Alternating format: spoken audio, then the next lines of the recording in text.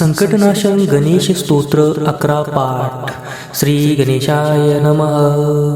प्रणम्य शिरसा देवं गौरीपुत्रं विनायकं भक्तावासं स्मरे नित्यं आयुकामार्थसिद्धये. प्रथमं वक्रतुण्डं च एकदन्तं द्वितीयकं तृतीयं कृष्णपिङ्गाक्षं गजवक्त्रं चतुर्थकं लम्बोदरं पञ्चमं च षष्ठं विकटमेव च सप्तमं विघ्नराजेन्द्रं धूम्रवर्णं तथाष्टमं नवमं बालचन्द्रं च दशमं तु विनायकम् एकादशं गणपतिं द्वादशं तु गजाननं द्वादशैतानि नामानि त्रिसन्ध्यं यः पठेत् नरः न च विघ्नभयन्दस्य सर्वसिद्धिकरप्रभु.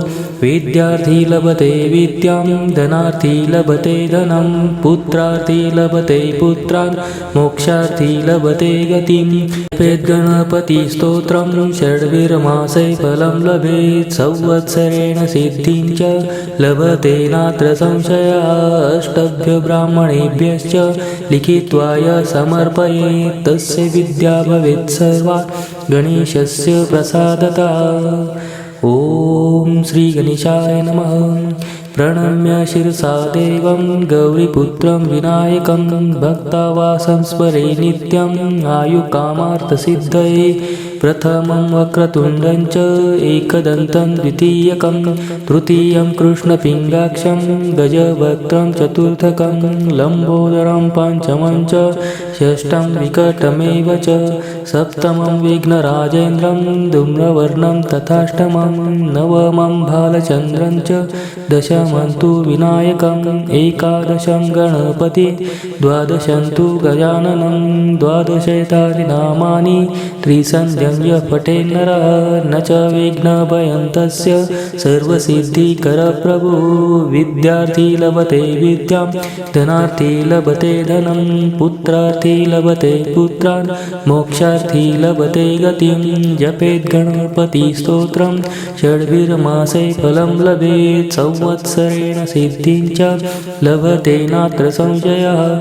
अष्टभ्यो ब्राह्मणेभ्यश्च लिखित्वा यः समर्पयेत् तस्य विद्या भवेत् सर्वा गणेशस्य प्रसादतः. ॐ प्रणम्य शिरसा देवं गौरीपुत्रं विनायकं भक्तावासं स्मरे नित्यं आयुकामार्थसिद्धये.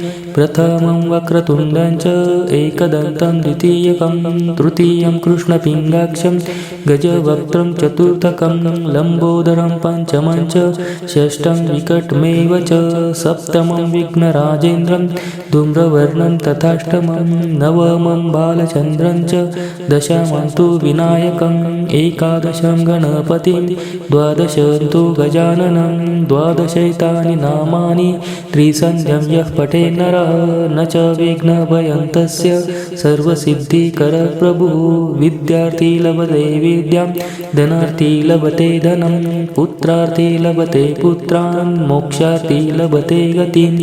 जपेत् गणपतिस्तोत्रं षड्भिर्मासे फलं लभेत् संवत्सरेण सिद्धिं च लभते नात्र संशयः. अष्टभ्यो ब्राह्मणेभ्यश्च लिखित्वा यः समर्पयेत् तस्य विद्या भवेत् सर्वा गणेशस्य प्रसादतः.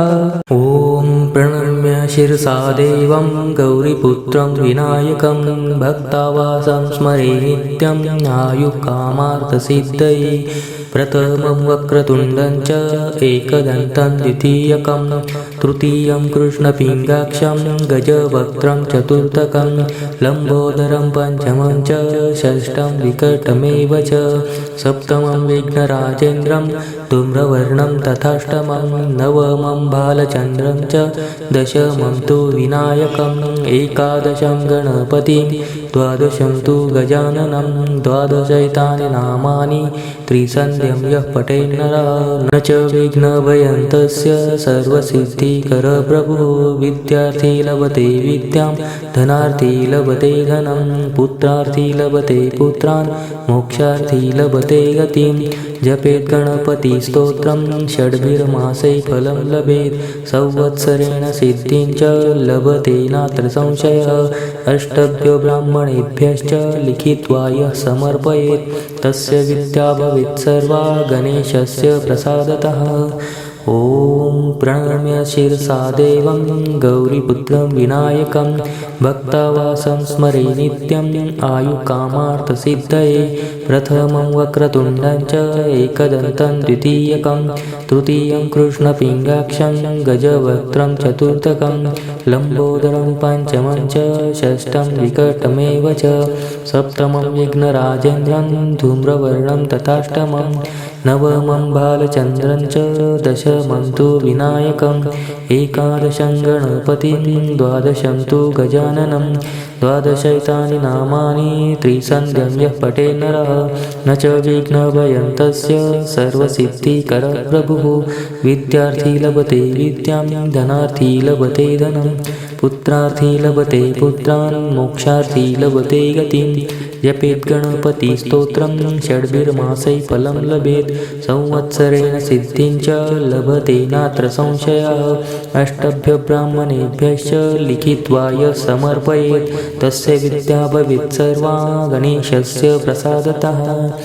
ॐ प्रणम्य शिरसा देवं गौरीपुत्रं विनायकं भक्तावासं स्मरे नित्यम् आयुकामार्थसिद्धये प्रथमं वक्रतुण्डं च एकदन्तं द्वितीयकं तृतीयं कृष्णपिङ्गाक्षं गजवक्त्रं चतुर्थकं लम्बोदरं पञ्चमं च षष्ठं विकटमेव च सप्तमं विघ्नराजेन्द्रं धूम्रवर्णं तथाष्टमं नवमं बालचन्द्रं च दशमं तु विनायकम् एकादशं गणपतिं द्वादशं तु गजाननं द्वादशैतानि नामानि त्रिसन्ध्यं यः पठेन्नरः न च विघ्नभयं तस्य सर्वसिद्धिकरः प्रभुः विद्यार्थी लभते विद्यां धनार्थी लभते धनं पुत्रार्थी लभते पुत्रान् मोक्षार्थी लभते गतिं जपेत् गणपतिस्तोत्रं षड्भिर्मासै फलं लभेत् संवत्सरेण सिद्धिं च लभते नात्र संशयः अष्टभ्यो ब्राह्मणेभ्यश्च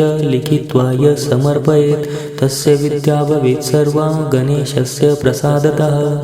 ॐ प्रणम्य शिरसा देवं गौरीपुत्रं विनायकं भक्तावासं स्मरे नित्यम् आयुकामार्थसिद्धये प्रथमं वक्रतुण्डं च एकदन्तं द्वितीयकं तृतीयं कृष्णपिङ्गाक्षं गजवक्त्रं चतुर्थकं लम्बोदरं पञ्चमं च षष्ठं विकटमेव च सप्तमं विघ्नराजेन्द्रं धूम्रवर्णं तथाष्टमं नवमं बालचन्द्रं च दशमं तु विनायकम् एकादशं गणपतिं द्वादशं तु गजाननं द्वादशैतानि नामानि त्रिसन्ध्यं यः पठेन्नरः न च विघ्नभयं तस्य सर्वसिद्धिकरः प्रभुः विद्यार्थी लभते विद्यां धनार्थी लभते धनं पुत्रार्थी लभते पुत्रान् मोक्षार्थी लभते गतिं जपेत् गणपतिस्तोत्रं षड्भिर्मासै फलं लभेत् संवत्सरेण सिद्धिं च लभते नात्र संशयः अष्टभ्यो ब्राह्मणेभ्यश्च लिखित्वा यः समर्पयेत् तस्य विद्या भवेत् सर्वा गणेशस्य प्रसादतः। ॐ प्रणम्य शिरसा देवं गौरीपुत्रं विनायकं भक्तावासं स्मरे नित्यम् आयुकामार्थसिद्धये प्रथमं वक्रतुण्डं च एकदन्तं द्वितीयकं तृतीयं कृष्णपिङ्गाक्षं गजवक्त्रं चतुर्थकं लम्बोदरं पञ्चमं च षष्ठं विकटमेव च सप्तमं विघ्नराजेन्द्रं धूम्रवर्णं तथाष्टमं नवमं बालचन्द्रं च दशमं तु विनायकम् एकादशं गणपतिं द्वादशं तु गजाननं द्वादशैतानि नामानि त्रिसन्ध्यं यः पठेन्नरः न च विघ्नभयं तस्य सर्वसिद्धिकरः प्रभुः विद्यार्थी लभते विद्यां धनार्थी लभते धनं पुत्रार्थी लभते पुत्रान् मोक्षार्थी लभते गतिं जपेत् गणपतिस्तोत्रं षड्भिर्मासे फलं लभेत् संवत्सरेण सिद्धिं च लभते नात्र संशयः अष्टभ्यो ब्राह्मणेभ्यश्च लिखित्वा य समर्पयेत् तस्य विद्या भवेत् सर्वा गणेशस्य प्रसादतः। ॐ प्रणम्य शिरसा देवं गौरीपुत्रं विनायकं भक्तावासं स्मरे नित्यम् आयुकामार्थसिद्धये प्रथमं वक्रतुण्डं च एकदन्तं द्वितीयकं तृतीयं कृष्णपिङ्गाक्षं गजवक्त्रं चतुर्थकं लम्बोदरं पञ्चमं च षष्ठं विकटमेव च सप्तमं विघ्नराजेन्द्रं धूम्रवर्णं तथाष्टमं नवमं बालचन्द्रं च दशमं तु विनायकम् एकादशं गणपतिं द्वादशं तु गजाननं द्वादशैतानि नामानि त्रिसन्ध्यं यः पठेन्नरः न च विघ्नभयं तस्य सर्वसिद्धिकरः प्रभुः। विद्यार्थी लभते विद्यां धनार्थी लभते धनं पुत्रार्थी लभते पुत्रान् मोक्षार्थी लभते गतिं जपेत् गणपतिस्तोत्रं षड्भिर्मासे फलं लभेत् संवत्सरेण सिद्धिं च लभते नात्र संशयः अष्टभ्यो ब्राह्मणेभ्यश्च लिखित्वा य समर्पयेत् तस्य विद्या भवेत् सर्वा गणेशस्य प्रसादतः। ॐ प्रणम्य शिरसा देवं गौरीपुत्रं विनायकं भक्तावासं स्मरे नित्यम् आयुकामार्थसिद्धये प्रथमं वक्रतुण्डं च एकदन्तं द्वितीयकं तृतीयं कृष्णपिङ्गाक्षं गजवक्त्रं चतुर्थकं लम्बोदरं पञ्चमं च षष्ठं विकटमेव च सप्तमं विघ्नराजेन्द्रं धूम्रवर्णं तथाष्टमं नवमं बालचन्द्रं च दशमं तु विनायकम् एकादशं गणपतिं द्वादशं तु गजाननं द्वादशैतानि नामानि त्रिसन्ध्यं यः पठेन्नरः न च विघ्नभयं तस्य सर्वसिद्धिकरः प्रभुः। विद्यार्थी लभते विद्यां धनार्थी लभते धनं पुत्रार्थी लभते पुत्रान् मोक्षार्थी लभते गतिं जपेत् गणपतिस्तोत्रं षड्भिर्मासे फलं लभेत् संवत्सरेण सिद्धिं च लभते नात्र संशयः अष्टभ्यो ब्राह्मणेभ्यश्च लिखित्वा य समर्पयेत् तस्य विद्या भवेत् सर्वा गणेशस्य प्रसादतः। ॐ प्रणम्य शिरसा देवं गौरीपुत्रं विनायकं भक्तावासं स्मरे नित्यम् आयुकामार्थसिद्धये प्रथमं वक्रतुण्डं च एकदन्तं द्वितीयकं तृतीयं कृष्णपिङ्गाक्षं गजवक्त्रं चतुर्थकं लम्बोदरं पञ्चमं च षष्ठं विकटमेव च सप्तमं विघ्नराजेन्द्रं धूम्रवर्णं तथाष्टमं नवमं बालचन्द्रं च दशमं तु विनायकम् एकादशं गणपतिं द्वादशं तु गजाननं द्वादशैतानि नामानि त्रिसन्ध्यं यः पठेन्नरः न च विघ्नभयं तस्य सर्वसिद्धिकरः प्रभुः।